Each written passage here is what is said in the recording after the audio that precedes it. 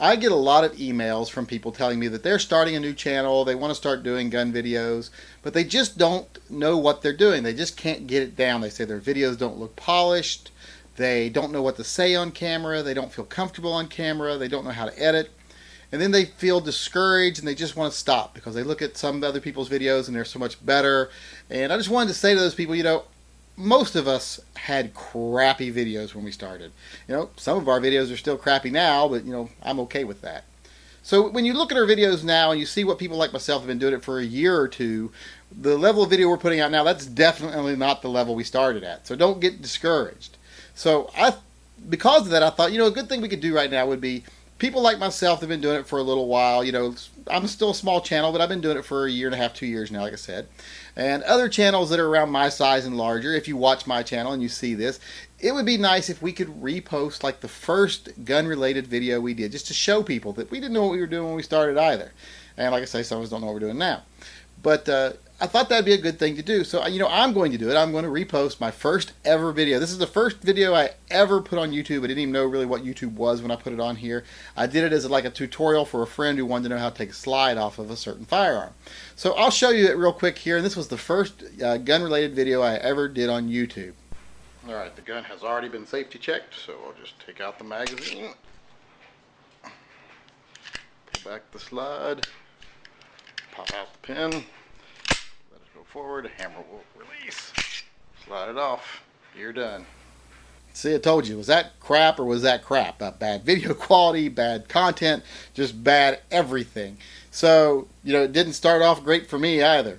And I'll even go one further. I'll show you here my very first ever gun review I ever did, which was done a little while later. Because I posted my first video on YouTube, and then I just disappeared and never came back for a long time. Didn't, like I said, didn't know what YouTube was. Then I came back later, got a new gun, and wanted to show it to some people that were local, so I made a YouTube video to show that gun. And I'll show you that video here too.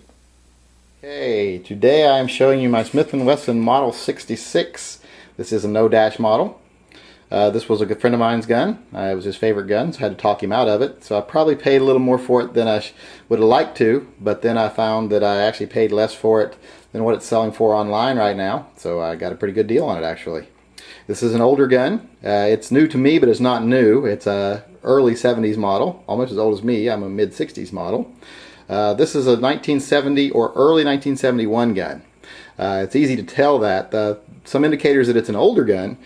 Pinned barrel, recessed cylinder,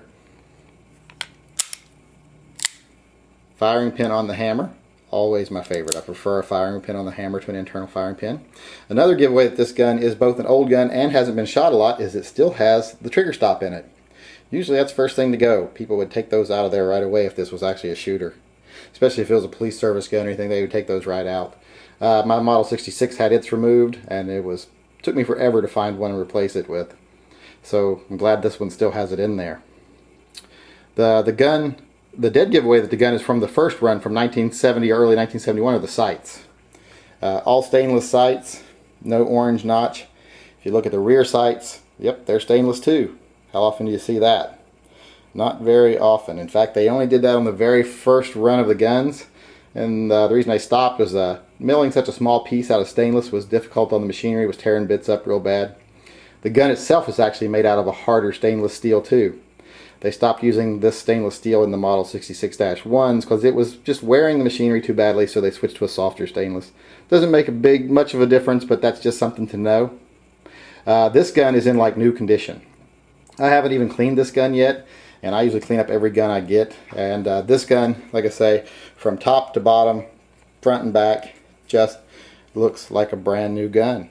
It looks like I just pulled it right out of the box. Even the grips just look like they came right out of the box. And like I say, this gun is 38, 39 years old. Almost a 40-year-old gun. Looks like it just came out of the box. So pretty much a bargain at any price for a gun with this collector's value because of the stainless being one of the rarer first-run guns. I'm glad I bought this gun. I would have paid more for it probably if I'd have had to. It's easily in 100% condition. I mean, it's just, there's hardly even a line on the cylinder. The person I bought it from bought it unfired. Says he put 29 rounds through it. Looking at it, you can easily see, wow, it's hard to even believe 29 rounds went through it. But stainless guns hold up pretty well, so you can put a couple hundred through it and never be able to tell. But I trust the guy who sold it to me. Can't wait to shoot it. Model 66s are my favorite 357. If you've never shot one and you're a revolver lover, then you're really doing yourself a disservice. You should get one.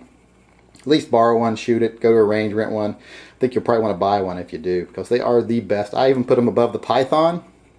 The Pythons, you know, have great workings, but they've just never been good looking guns to me. A little bulky. This gun is great working and good looking.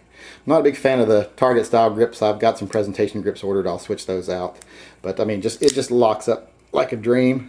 It's better than the new guns you buy from Smith & Wesson. I really like the 70s quality guns. This is just a really great gun. If you get a chance to get one of these to try it out, try it out. Any Model 66, it doesn't have to be this early one, this collector's desirable one. Even just a regular Model 66 is a great gun. So, but if you can get one of these, snap it up. I think you'll be glad you did.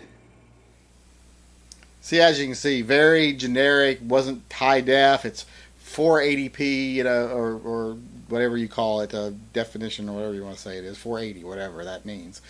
So, you know, just not really a high quality video, no personality, nothing special to it.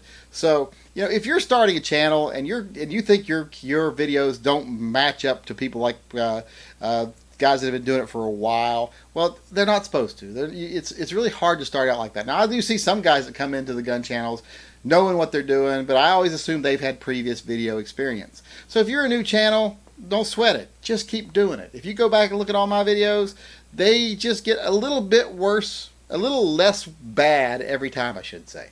So every time the suck factor is just a little bit less in my videos, each one I did. So and if you can do that, you know, eventually you'll get to where your videos aren't half bad. So just keep at it. Like I said, I just thought it'd be nice if other gun channels could show their first video they did to show that they didn't always know what they're doing either. So there's mine. Let's see yours.